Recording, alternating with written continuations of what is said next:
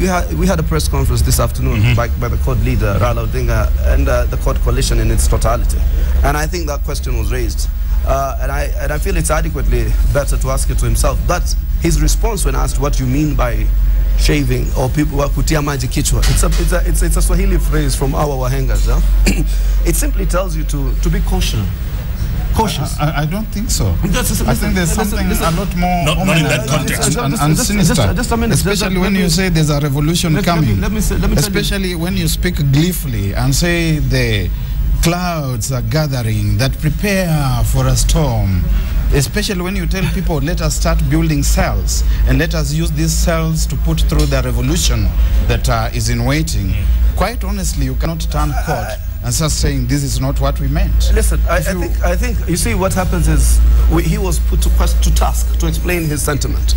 I was about to explain to you what he said about those sentiments, and therefore you can react on the basis of that sentiment.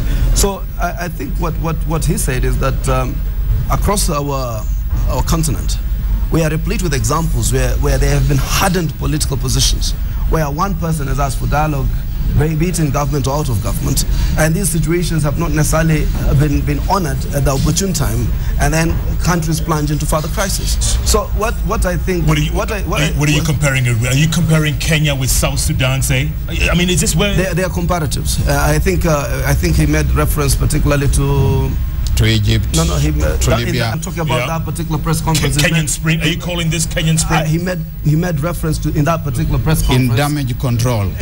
That is called damage control. It's not damage control. Much damage has been done. We must go back to the original statement.